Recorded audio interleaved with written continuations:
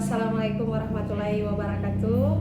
Perkenalan, nama saya Ibu Endang Fitria, dosen pendidikan di salah satu kampus Tikip Kera Ternate di program studi pendidikan fisika.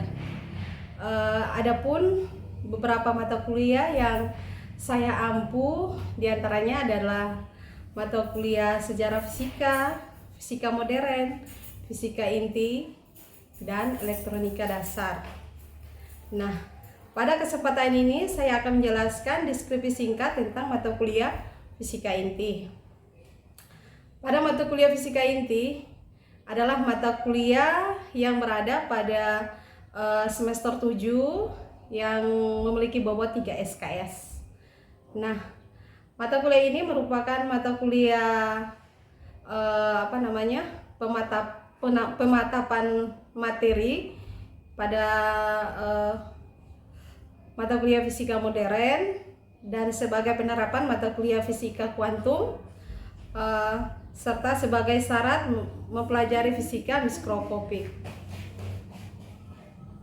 Adapun susunan materi pada mata kuliah fisika inti ini yaitu materi tentang sifat dasar inti, ukuran inti, momentum sudut, momen magnetik inti, aktivitas radioaktif, umur paruh, umur rerata, penentuan umur radioaktivitas, dan deret radioaktif.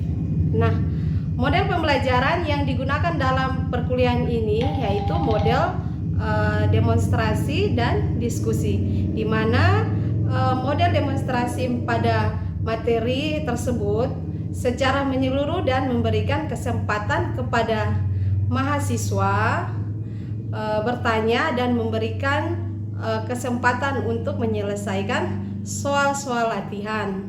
Nah, setiap kali pertemuan saya selalu memberikan tugas dan tugasnya akan dibahas sebelum materi disampaikan, dilanjutkan ya. Nah, sedangkan proses penilaian berbatasi pada tugas, kehadiran, UAS, dan UTS. Nah, di mana saya akan menilai kehadiran syarat UTS dan UAS jika UAS. Sedangkan proses penilaian saya batasi pada batasi tugas, kehadiran, UTS, dan UAS, di mana saya akan menilai kehadiran sebagai syarat UAS dan UTS. Jika kehadiran mahasiswa kurang dari 80%, maka mahasiswa tersebut tidak bisa mengikuti UAS. Mungkin itu dari saya. Terima kasih. Terima kasih. Assalamualaikum warahmatullahi wabarakatuh. Sesuai dengan pertemuan kita hari ini, kita akan bahas mengenai fisika inti, ya. Nah, yang pertama dalam pembelajaran fisika inti ini kita akan membahas apa sih inti itu, ya? Apa sih reaksi inti itu? Ya, sebelum kita lebih jauh lagi dengan materi kita pertama harus tahu tentang apa itu fisika inti, ya. Bisa lihat yang sudah saya paparkan lewat slide ini ya. Nah, yang pertama inti atom. Kita kalau berbicara inti berarti kita berbicara sesuatu yang sangat kecil ya, atom. Mungkin kalian sudah pernah dengar pada semester kemarin apa sih inti itu? Ya, ada yang bisa bantu ibu? Ya? Ya, kalau tidak bisa lihat di depan ya. Nah, yang pertama itu atom adalah bagian terkecil dari suatu unsur yang masih memiliki sifat tersebut. Ya. Yang kedua, setiap atom dari suatu unsur memiliki sifat tertentu yang berbeda dengan sifat atom yang lain. Perbedaan ini meliputi sifat kimia dan sifat fisiknya. Yang ketiga, perbedaan antara atom terjadi perbedaan jumlah proton, elektron, dan neutron, ya. Di mana masing-masing atom itu, ya, jumlah proton dan elektron itu dia berbeda. Kalau proton nilainya negatif. Kalau elektron nilainya positif. Kalau neutron nilainya netral, ya. Kita lanjut lagi. Struktur atom. Bisa lihat di depannya. Model struktur atom yang dianut secara luas adalah model gelombang White model, ya. Model ini adalah model Bohr, tetapi dengan pertimbangan penemuan terbaru dalam bidang mekanika kuantum, model ini mengatakan bahwa dia masih dipakai sampai sekarang, ya.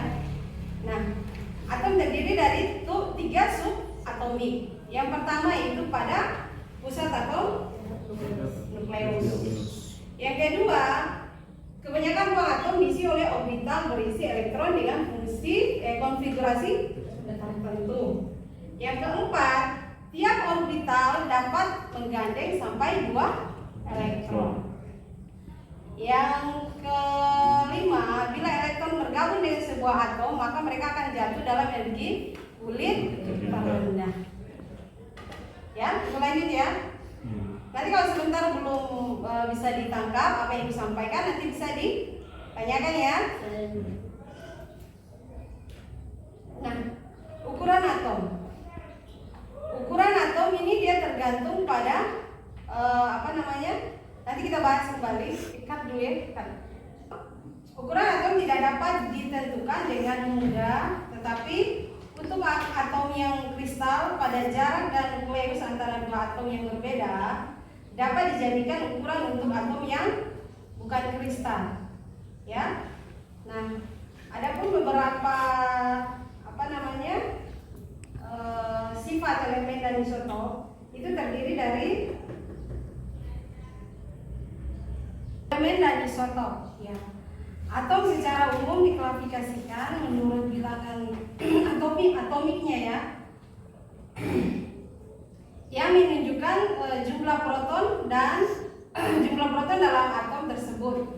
Bilangan atom menentukan jenis elemennya. Contohnya bilangan atom 6 berujung pada elementer karbon, ya. Semua atom yang mempunyai bilangan atom sama akan menunjukkan kelakuan kimia yang sama pula, ya. Nah, ikatan valensi, sikap kimia atom sangat berpengaruh oleh interaksi antara elektron berada pada posisi tertentu, ya, dalam konfigurasi elektron. Nah, di sini dalam ikatan valensi terdapat beberapa ikatan, yaitu ikatan ionik. Ikatan ionik yaitu ikatan yang terbentuk setelah 2 atau lebih atom kekurangan atau kelebihan elektron sehingga membentuk ion, ya. Ini contohnya bisa tidak dilihat, ya.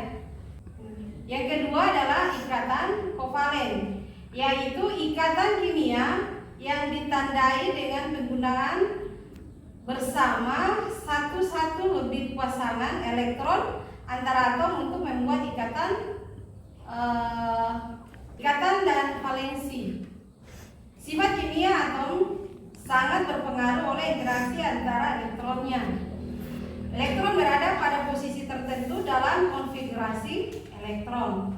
Nah, elektron berada dalam kulitnya terbesar, jaraknya dengan nukleus. Elektron kulit terluar mempunyai pengaruh terbesar dalam menentukan sifat kimia atomnya. Dalam ikatan valensi ini terdapat beberapa ikatan, yaitu ada 2, ya. Ada 2 ikatan. Yang pertama adalah ikatan ionik, yaitu ikatan yang terbentuk setelah 2 atau lebih atom kekurangan atau kelebihan elektron sehingga membentuk ion, ya. Yang kedua adalah ikatan kovalen. Nah, ikatan kovalen ini adalah ikatan kimia ditandai dengan penggunaan bersama 1 atau lebih pasangan elektron utama atom untuk membuat ikatan tertentu yang membuat molekul terkait bersama. Atom cenderung berbagi elektron dengan jalan mengisi elektron sebelumnya, ya. Kita lihat lagi pada slide berikutnya.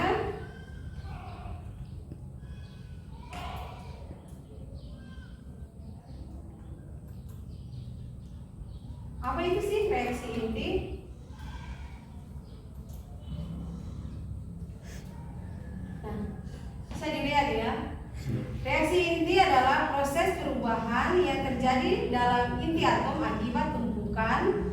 partikel lain atau berlangsung dengan sendirinya. Ini dikemukakan oleh Rutherford dalam percobaannya menembakkan salah satu molekul dalam ruang hampa yang ditembakkan melalui celah. Ya, nanti kita akan bahas. Ini adalah inti percobaannya. Misalnya pada percobaan reaksi inti, dalam sebuah laboratorium ditembakkan seberkas partikel A berbagi tinggi pada sinar X. Yang tadi saya bilang percobaan dari Rutherford ya. Setelah reaksi inti terjadi, terbentuk inti baru yaitu Y dengan sebuah partikel B. Ini merupakan rumus ya. Rumus dasarnya seperti ini.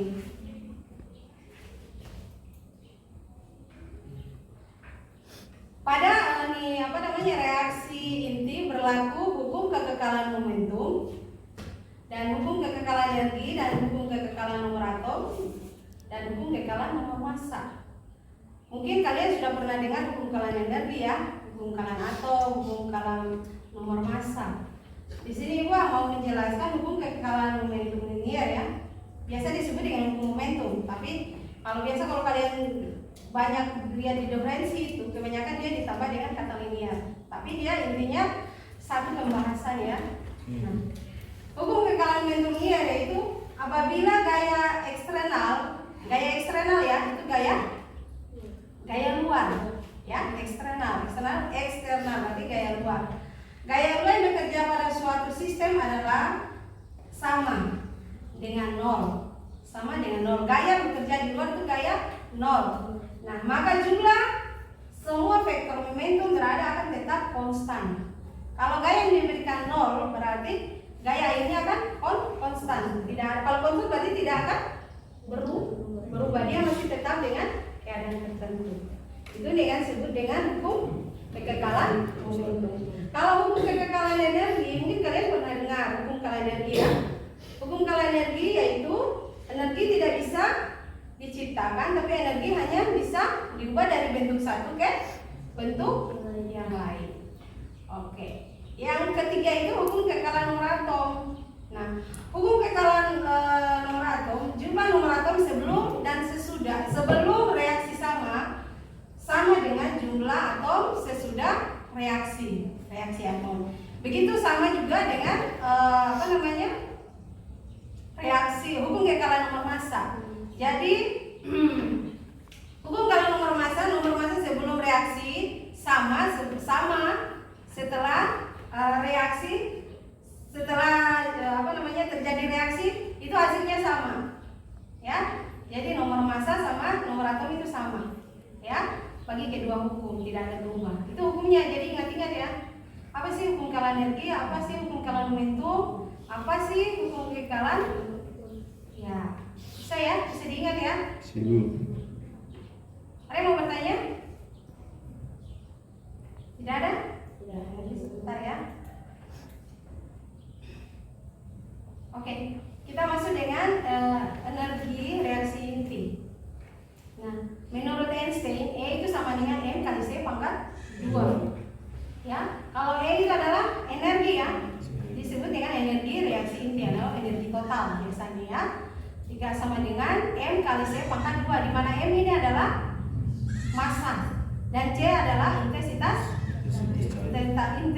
cahaya yang nilainya 3 kali 10 pangkat 8 meter per sekon.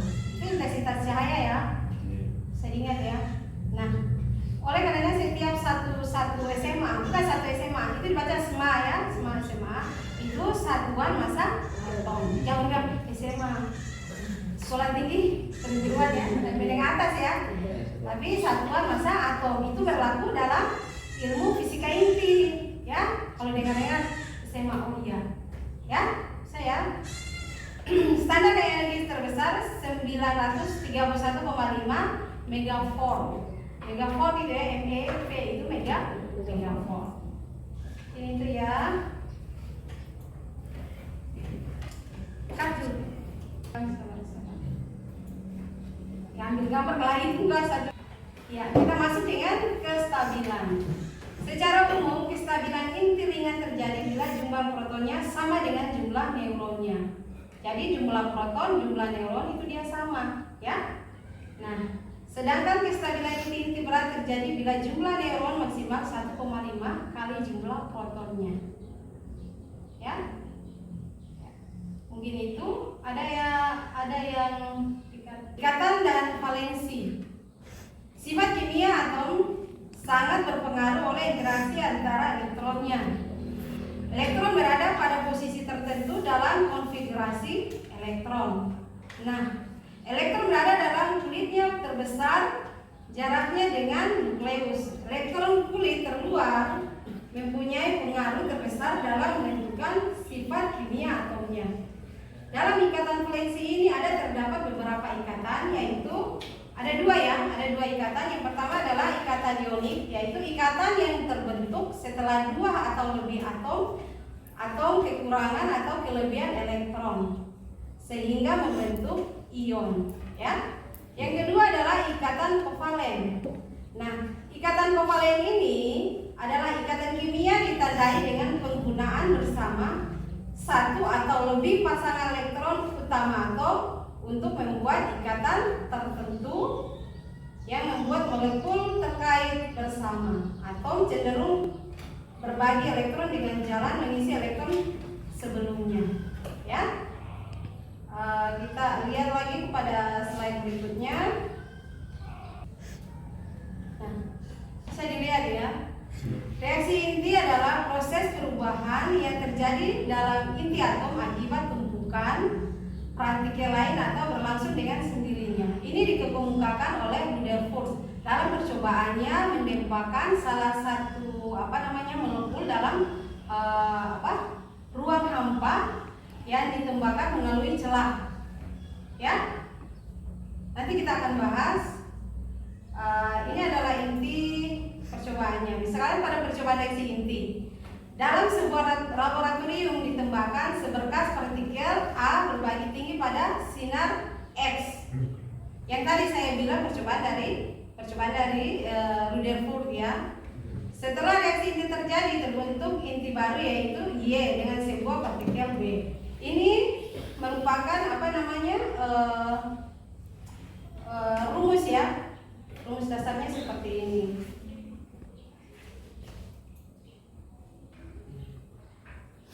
Pada reaksi inti berlaku hukum kekekalan momentum dan hukum kekekalan energi dan hukum kekekalan nomor atom dan hukum kekekalan nomor massa. Mungkin kalian sudah pernah dengar hukum kekekalan energi, ya, hukum kekekalan atom, hukum kekekalan nomor massa. Di sini gua mau menjelaskan hukum kekekalan momentum linear, ya. Biasa disebut dengan hukum momentum, tapi kalau kalian banyak lihat di diferensi itu, kebanyakan dia ditambah dengan kata linear. Tapi dia intinya satu pembahasan, ya. Nah, hukum kekekalan momentum linear yaitu apabila gaya eksternal, ya, itu gaya luar, ya, eksternal berarti gaya luar. Gaya luar yang bekerja pada suatu sistem adalah sama dengan nol. Gaya bekerja di luar itu gaya nol. Nah, maka jumlah semua vektor momentum berada akan tetap konstan. Kalau gaya yang diberikan nol, berarti gaya ini akan konstan. Kalau konstan berarti tidak akan berubah. Dia masih tetap dengan keadaan tertentu. Itu disebut dengan hukum kekekalan momentum. Kalau hukum kekekalan energi, mungkin kalian pernah dengar hukum kekekalan energi, ya. Hukum kekekalan energi yaitu energi tidak bisa diciptakan, tapi energi hanya bisa diubah dari bentuk satu ke bentuk yang lain. Oke. Yang ketiga itu hukum kekekalan nomor atom. Nah, hukum kekekalan nomor atom, jumlah nomor atom sebelum dan sesudah, sebelum reaksi sama dengan jumlah atom sesudah reaksi atom. Begitu sama juga dengan reaksi hukum kekekalan nomor massa. Jadi hukum kekekalan nomor massa sebelum reaksi sama setelah reaksi, terjadi reaksi itu hasilnya sama, ya. Jadi nomor massa sama nomor atom itu sama, ya. bagi kedua hukum, tidak akan berubah. Itu hukumnya, jadi ingat-ingat ya. Apa sih hukum kekalahan energi? Apa sih hukum kekalahan momentum? Apa sih hukum kekalahan? Ya, bisa ya, bisa diingat ya. Ada yang mau bertanya? Tidak ada? Tidak. Nanti sebentar ya. Oke, kita masuk dengan energi reaksi inti. Nah, menurut Einstein, E itu sama dengan M kali C pangkat 2. Ya, kalau E itu adalah energi ya, disebut dengan energi reaksi inti atau energi total biasanya ya. Jika sama dengan M kali C pangkat 2, di mana M ini adalah massa dan C adalah intensitas cahaya yang nilainya 3 kali 10 pangkat 8 meter per sekon. Itu intensitas cahaya ya. Saya ingat ya. Nah, oleh karena setiap satu SMA, bukan satu SMA, itu dibaca SMA ya, SMA itu satuan massa atom. Jangan SMA sekolah tinggi perguruan ya, dan menengah atas ya.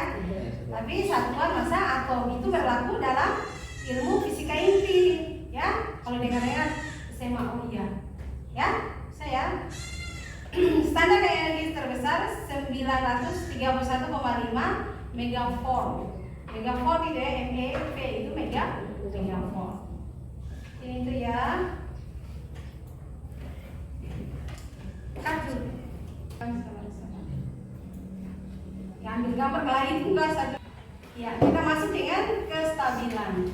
Secara umum, kestabilan inti ringan terjadi bila jumlah protonnya sama dengan jumlah neutronnya. Jadi jumlah proton, jumlah neutron itu dia sama, ya.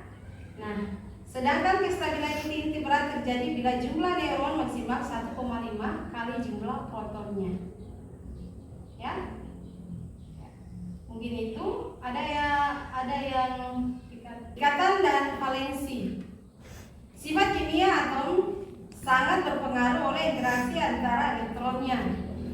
Elektron berada pada posisi tertentu dalam konfigurasi elektron. Nah, elektron berada dalam kulitnya terbesar jaraknya dengan nukleus. Elektron kulit terluar mempunyai pengaruh terbesar dalam menentukan sifat kimia atomnya.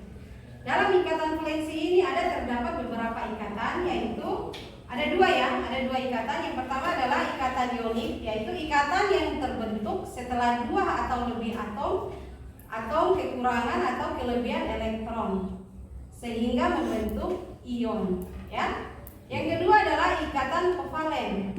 Nah, ikatan kovalen ini adalah ikatan kimia ditandai dengan penggunaan bersama satu atau lebih pasangan elektron utama atom untuk membuat ikatan tertentu yang membuat molekul terkait bersama. Atom cenderung berbagi elektron dengan jalan mengisi elektron sebelumnya. Ya, kita lihat lagi kepada slide berikutnya.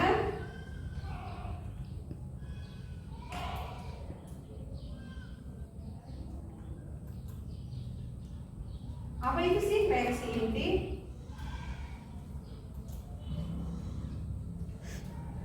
Nah, bisa dilihat ya. Reaksi inti adalah proses perubahan yang terjadi dalam inti atom akibat tumpukan partikel lain atau berlangsung dengan sendirinya. Ini dikemukakan oleh Rutherford dalam percobaannya menembakkan salah satu molekul dalam ruang hampa yang ditembakkan melalui celah, ya, fusi, ya. Bisa lihat di depan aplikasi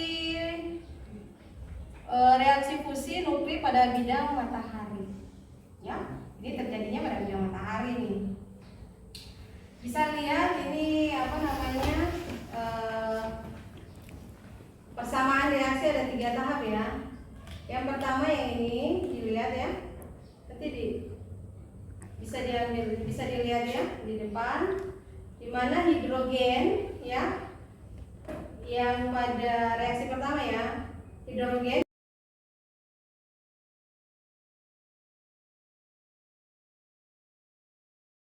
yaitu 0,42 megavolt. Nah, begitupun persamaan yang kedua, ketiga. Nah, reaksi pertama kedua yang terjadi kedua kali, kedua posiron saling menghilangkan sebuah elektron dan menghasilkan reaksi elemen elektromagnet ya. Reaksi di atas dapat dilihat ya, ini reaksi pertama dia dikomparasikan dengan reaksi yang kedua, dia menghasilkan yang ini ya, dia menghasilkan 4. Baik, kita masuk dengan reaksi inti. Tadi terlalu monoton ya saya sampaikan. Reaksi inti adalah proses perubahan yang terjadi dalam inti atom akibat tumpukan dengan partikel lain atau berlangsung dengan sendirinya ya. Ini menurut pendapat Rutherford, di mana percobaannya seperti kalian lihat di depan, ini hasilnya ya. Dia memisalkan pada percobaan reaksi inti ini dalam sebuah laboratorium ya, ditembakkan seberkas sinar A ya berenergi tinggi